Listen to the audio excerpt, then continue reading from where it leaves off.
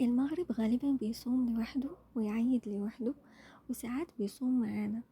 بس عيد الأضحى فيه يوم عرفة وشوية معطيات كده بتخلي موقفه غريب. غير ان احنا دلوقتي في عصر تطور التكنولوجيا ومراسم الحج بنشوفهم لايف صوت وصورة مهما كنا في بلد بعيد عنهم. فايه قصة المغرب بالضبط؟ وليه لسه مصر على موقفه طول السنين دي ولحد يومنا هذا؟ الجواب ببساطة موجود في حديث شريف من صحيح مسلم. أنا هفتح النسخة دي المصورة، لو عاوز تتابع معايا أنا سايبة الرابط في الوصف. تعالى صفحة 421. بس قبل ما نقرأ الحديث مع بعض خلونا نتفق على كذا نقطة. أولا، يسألونك عن الأهلة قل هي مواقيت للناس والحج، يعني بالبلدي دخول الشهر أو ميعاد التوقيتات احنا بالنسبة لنا مهمة عشان في عبادات مرتبطة بيها. بس هي عبارة عن ايه في الأصل؟ هل الميعاد مرتبط بساعة بيج بن مثلا، أو بحاجة بنتفق عليها احنا البشر، أو اختراع معين؟ لأ، هي مرتبطة بحركة الأفلاك في السماء، أيا كان النجوم القمر الشمس، كل دول حركتهم مرتبط بيها عبادات معينة. مثلا غروب الشمس مرتبط بيها صلاة المغرب. طيب بس احنا كبشر مش بنشوف الأفلاك زي ما هي عشان نظرنا محدود، وبالتالي ينتج عن ده مطالع ومغارب. هي الأفلاك شغالة براحتها، بس لما بتبعد عننا عن مجال النظر بتاعنا ومش بنعرف نشوفها بنقول غربت، فمعاد اختفائها أو غروبها بيبقى دخلت صلاة المغرب بالنسبة لنا، ولما تيجي تظهر تاني بنقول طلعت.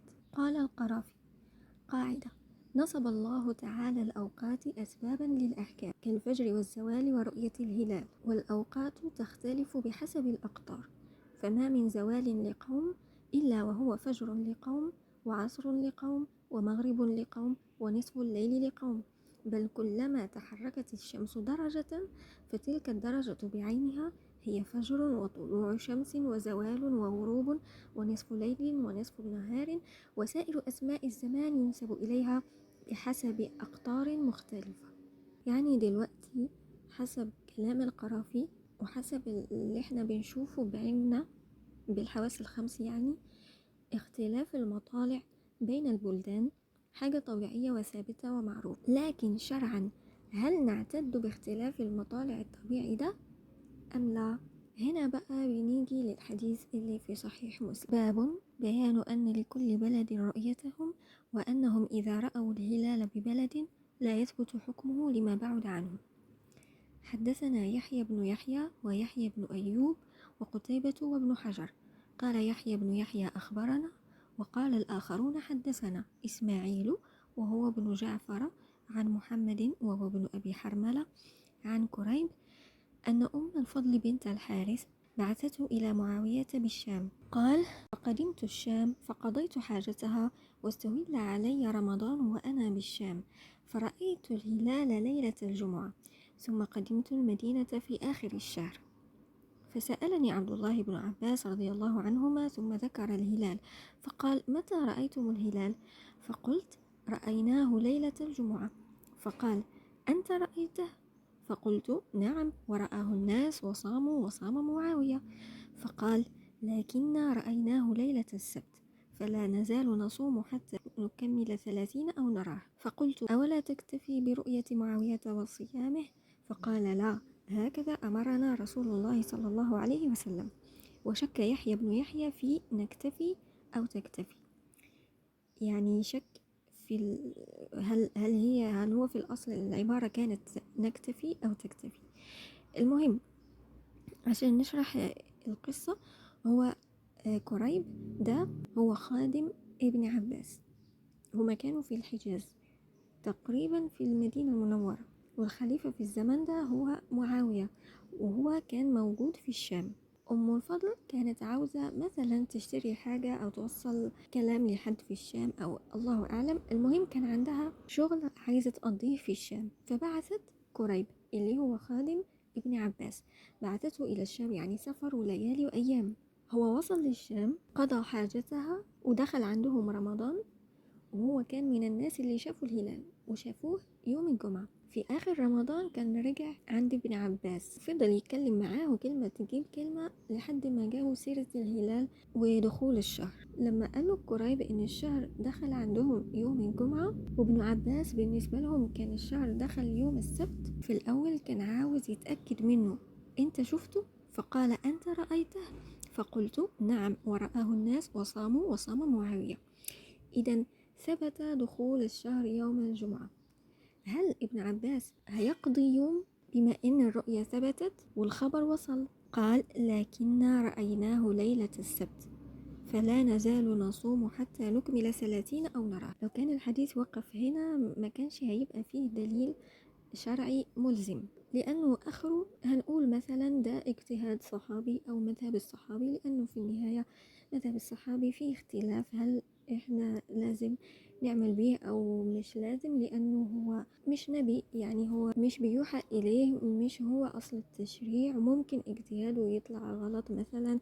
كان كل الكلام هيبقى كده، بس تتمة الحديث هو اللي فيه الحجة الشرعية، لأنه قريب سأله: أولا تكتفي؟ قال لك: وشك يحيى بن يحيى في نكتفي أو تكتفي، الله أعلم هل هو الصيغة. قال له: أولا تكتفي برؤية معاوية وصيامه، أو أولا نكتفي برؤية معاوية وصيامه. وده يدل على أمانة رواة الحديث والتحقيق الكبير اللي كان عندهم، وإلا هما الصيغتين هنا نفس النتيجة. المهم هو سأله: هل مش كافي رؤية بلد واحد؟ فقال: لا، هكذا أمرنا رسول الله صلى الله عليه وسلم.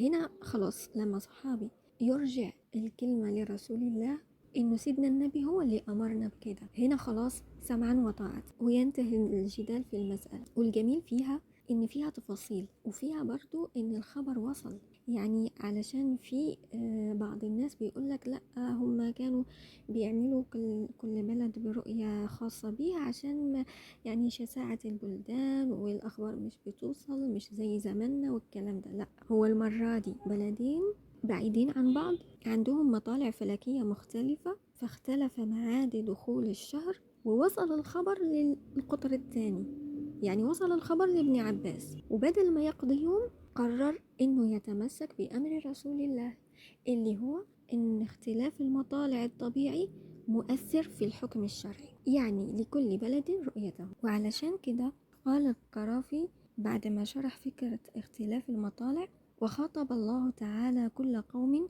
بما يتحقق في قطرهم لا في قطر غيرهم، فلا يخاطب أحد بزوال غير بلده ولا بفجره، وهذا مجمع عليه.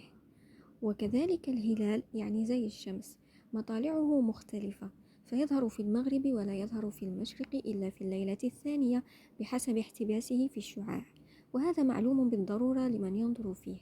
ومقتضى القاعدة أن يخاطب كل أحد بهلال قطره ولا يلزمه حكم غيره ولو ثبت بالطرق القاطعة.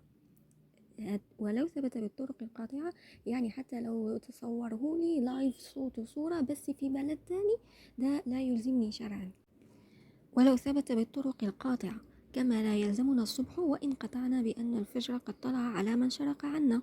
إلى هذا أشار البخاري في هذا الحديث بقوله بأن لأهل كل بلد رؤيتهم، وبناء على ذلك لم ينقل عن عمر بن الخطاب ولا غيره من الخلفاء أنه كان يكتب إلى الأقطار ويبعث البريدة: إني قد رأيت الهلال فصوموا، بل كانوا يتركون الناس مع مرئيهم فيصير حدا مجمعا عليه. مجمعا عليه يعني إجماع. وأنا شخصيا اللي بكلمكم يعني ابن خالة والدي شغال في الطيران، وهو قال لنا إنه في بداية كل شهر هجري، يعني على طول السنة مش شهور الصيام والعيد بس، الوزارة بتأمر العساكر إنهم يراقبوا الهلال على طول الساحل المغربي في الهليكوبترات وبالعين المجردة، وبيفضلوا يبصوا لحد ما تقرب صلاة العشاء. لو شافوه بيقولوا للوزارة، ولو ما ظهرش بيقولوا برضو، والوزارة بتشوف الإفادات كلها وبتدعي الخبر على حسب ما وصل لها. ولذلك الحمد لله يعني يعتبر تحري رؤية الهلال في المغرب هو الأدق في العالم، وتحري سلطنة عمان. طبعا وفق هذه الأشياء بتحدث أخطاء كثيرة، وهناك دراسات أعدها فلكيون في دول عربية كثيرة تبين حجم الأخطاء التي تم التي تمت في خلال ال50 سنة الماضية، حتى أنه يعني يكاد المسلمون لم يصوموا يوما صحيحا بنسب في بعض الدول تزيد على 90%. وكذلك أعيادهم لم تكن دقيقة وفق آراء الفلكيين ووفق الحل في رأيي قد يكون أولا بالاقتداء بالمثال المغربي. المغرب هي أفضل دولة عربية إسلامية على الإطلاق بتحديد بدايات الأشهر كيف الهجرية. باختصار المغرب ترصد الهلال من ما يزيد عن 200 موقع داخل المملكة المغربية من متخصصين، من لجان رسمية. نعم، لجان رسمية. هذه النقطة المهمة. أولا 200 موقع، ولكن ليسوا من أناس عاديين، هم أناس متخصصين، يعني متخصصين. كل دولة تستطيع أن تفعل هذا. نعم طبعا. فلو كان الرصد جماعي وقبلت الشهادة من قبل اللجان المشكلة من قبل الدولة لحلت المشكلة. فالحمد لله على هذه النعمة، حمدا كثيرا طيبا مباركا فيه، وعيد أضحى مبارك علينا وعليكم. تقبل الله منا ومنكم صالح الأعمال، وكل عام وأنتم بخير.